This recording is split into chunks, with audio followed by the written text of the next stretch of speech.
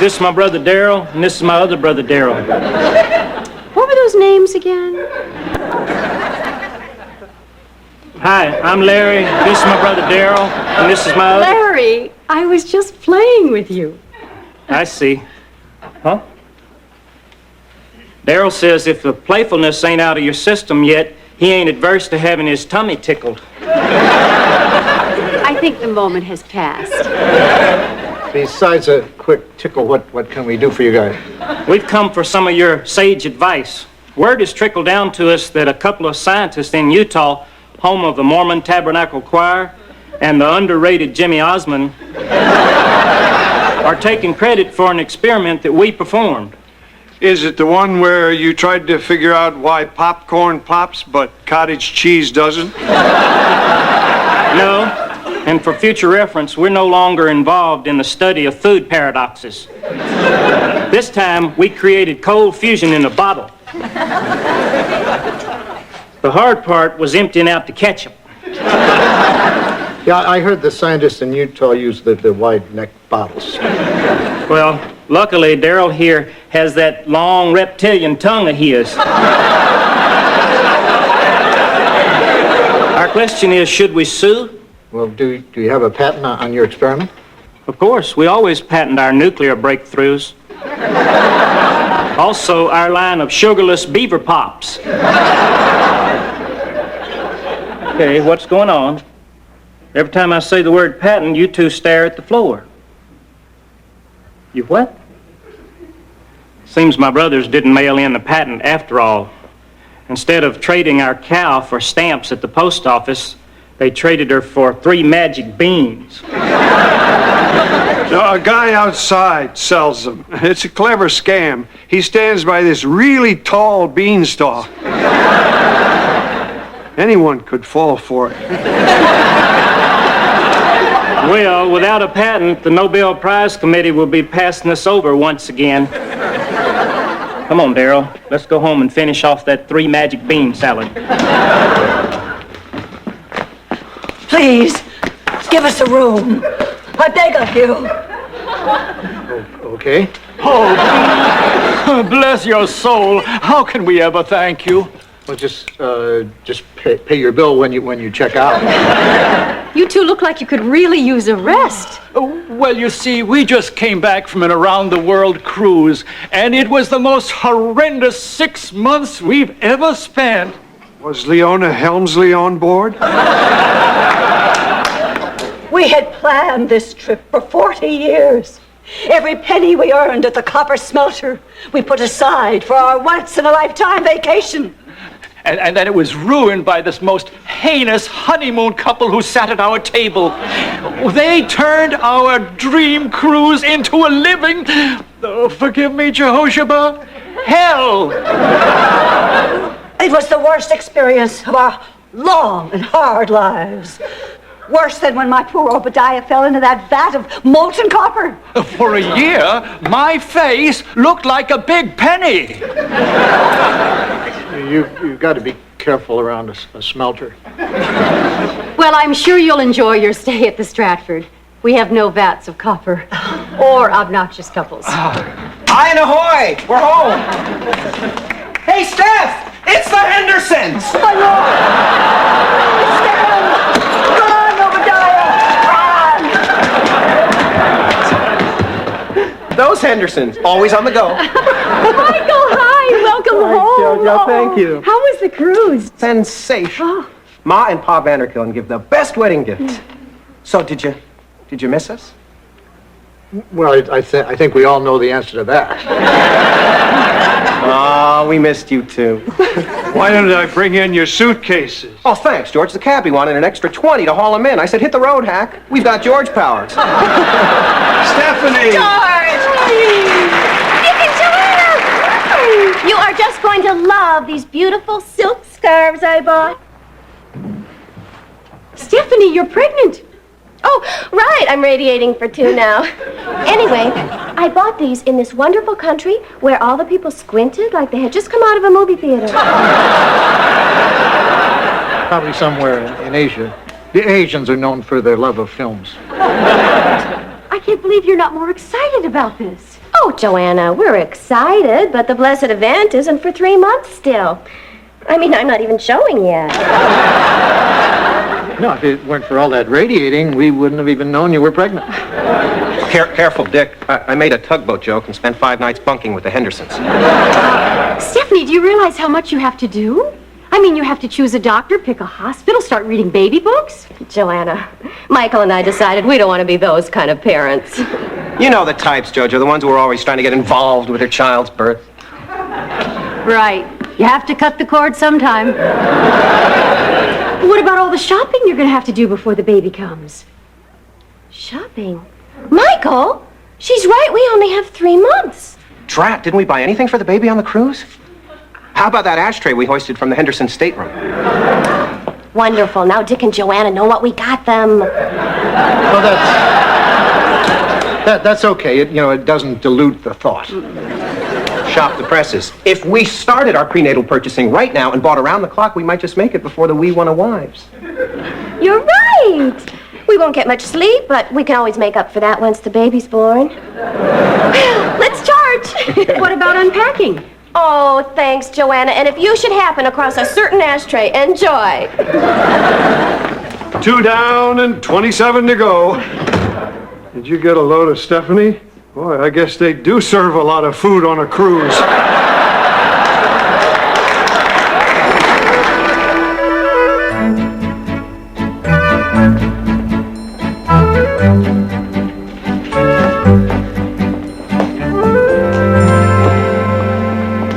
Steph, is it just me, or does this mall seem to be booming with babies? No, you're right. There's young people with babies and old people with babies. Look, there's Rosemary. She even has a baby. Hi, Rosemary. Oh, he's a frisky devil. I bet he'll be a little hellraiser. I'll bet you're due soon. How did you know I was pregnant? She must have seen us coming out of the maternity shop. You're small-boned like I am. Giving birth won't be easy for you. Everything's easy for me. My family's loaded. Well, be prepared for the worst. I was in labor for 4 painful weeks. I have stretch marks over 90% of my body. And my ankles are still swollen. Good God! Oh, you poor thing. Your ankles are thicker than your neck. Yes.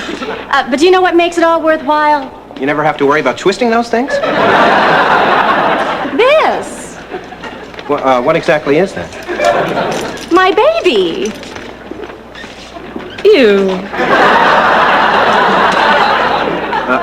You're frightening my wife. I'm sorry. I'm going to have to ask you to leave.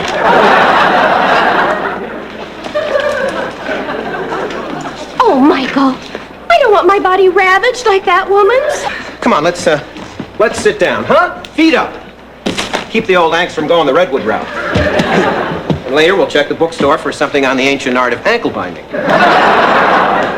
Sorry to bother you, but my kid's never seen anybody this pregnant before. So you've met Miss Piggy. You happy now?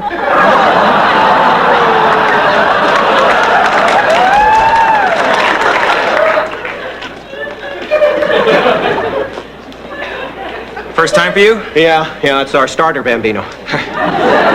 You're in for it. You like sports? Well, I enjoy a good synchronized swimming match as much as the next guy. No time for that once the baby's born. Once a kid comes, your life is pretty much over. But I'm still young. My toenails haven't even begun yellowing. You'll age quick once the kid comes. How old do you think I am? 35? 19.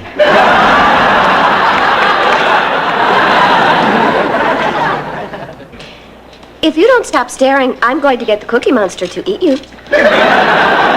Come on, sweetie. Miss Piggy's washed up anyway.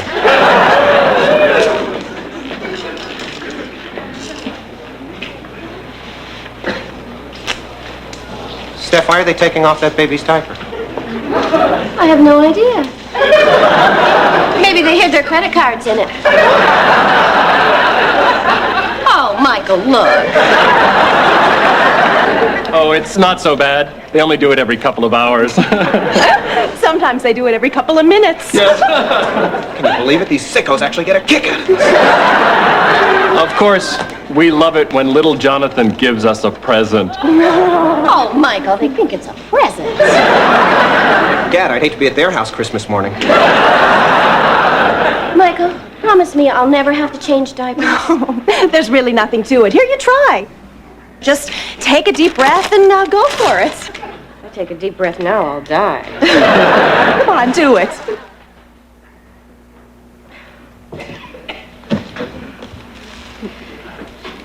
Oh, God, oh, God, oh, God, oh, God.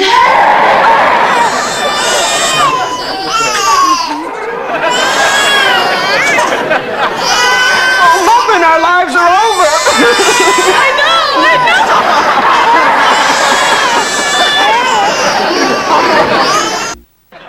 In this scene from Newhart, Michael, Dick, and George enjoy a beverage together at a local pub. Let's take a closer look with Nick at Night's Classic TV Rewind. Pessimists say Michael's glass is nearly empty. Optimists say it's almost full. But what does Michael say? I should have never had that third sip. Classic TV Rewinds, a second look at shows that are always worth a second look on Nick at Night.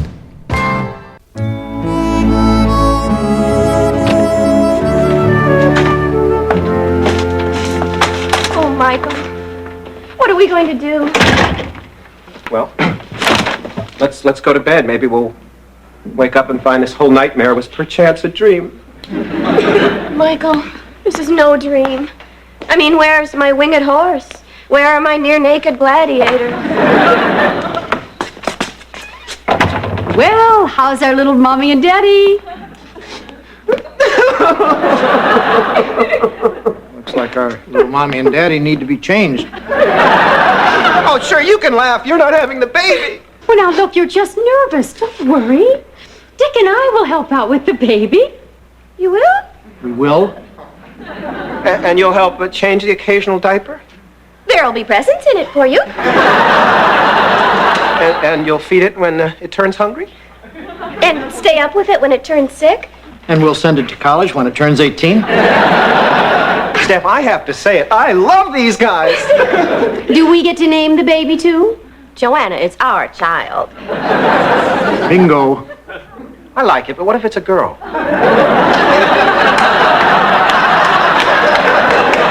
No, I mean, bingo, it is your child. We're not going to raise it for you. But you said!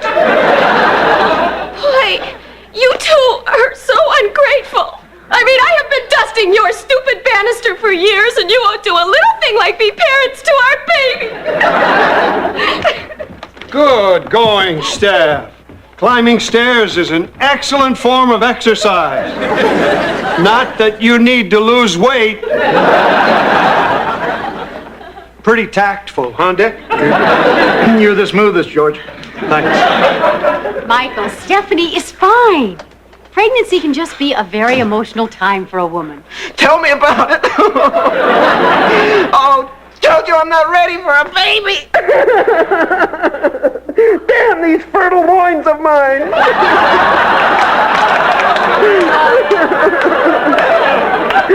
Here, Dick, you take him. I'll go comfort the other pregnant woman. Oh, Dick, am I too fertile? Yes, Michael, I worry every time you sit close to Joanna on the couch. Michael, you're going to be a father soon, and you're going to have to start learning to act more mature. Oh.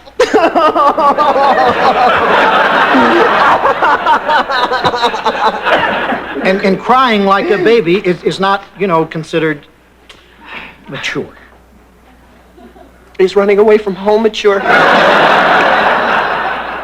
Dick, you don't know what I'm going through. I mean, outside of that little how-to world of yours, you don't know a flying fig about life. I may not have kids of my own, but I know what you're going through. You know, when I was 11, I had to take care of something that was, it was completely dependent on me. What was it? It was a A puppy? guppy. I see. Was this Guppy a pet? No, it was a foster child. I called my guppy Ethel Merman. Because of her ability to belt out show tunes? See, I used to get Ethel Merman mixed up with Esther Williams. Well, it's a touching tale, Dixters, but a guppy do not compare with a baby. Well, Ethel was still a big responsibility. I was so worried I wouldn't be able to take care of it. It became like an obsession. You know, I'd clean her tank every day. I fed her the finest brine shrimp. I always checked her little body for fin rot. I still worried, and after a while, I developed a stammer. Oh, not you, Dick. Oh, yeah? Well, my parents were sure I was on the verge of snapping, and then summer came, and I went away to camp. And? Well, that's it. That's it? A pithy packet of prose, but where's the parallels? The point, man, the point.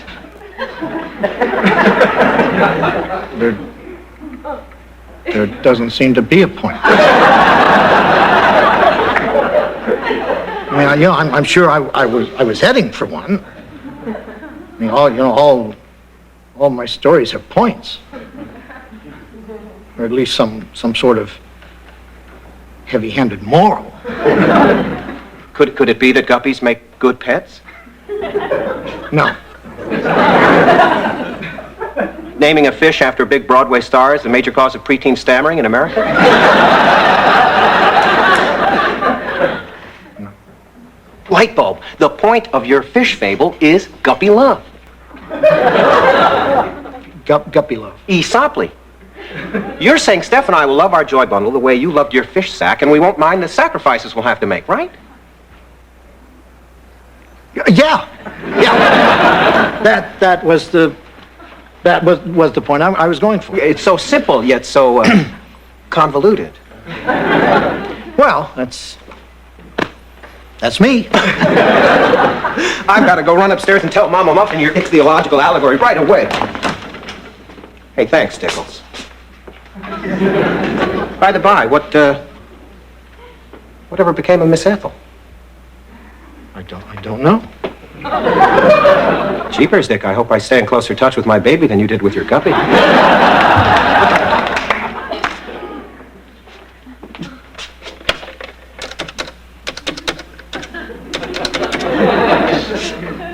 Yeah, hi, Mom. Listen, whatever happened to Ethel Merman? No, the fish, not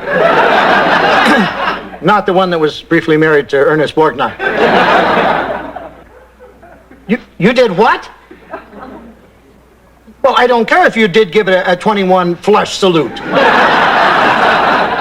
It is not the same thing as a Viking funeral.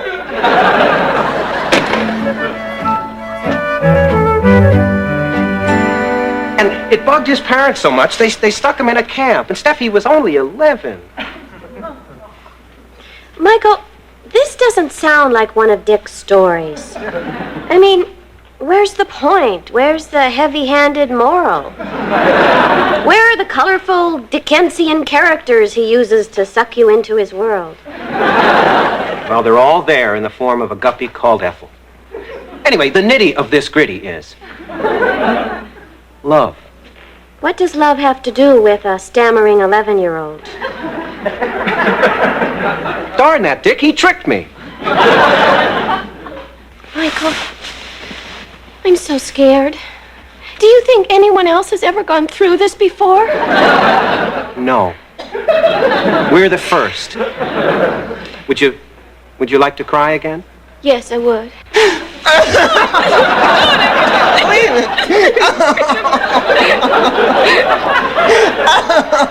Michael! What? It kicked! What kicked? The baby! Do you think we were crying too loud? Michael! Our baby kicked! Our baby kicked? Our baby kicked? Dad, Zook, Steph, we're having a baby. the miracle that is birth. Aren't we just too wonderful? We are.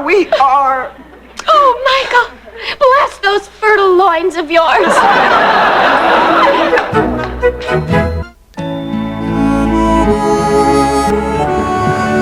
Did you guys know Stephanie was pregnant? Well, there were some rumors flying around.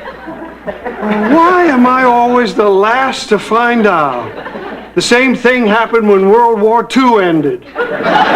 Everybody in town thought it would be so funny not to tell old George. I'm just grateful Life magazine did that cover story. You knew World... Yeah.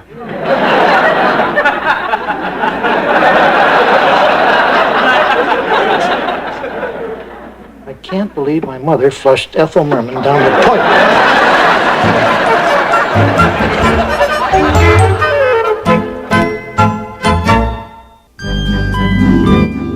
Stay cool all summer long with Nick at Night's Block Party Summer. It's TV hits in 6 show blocks every night.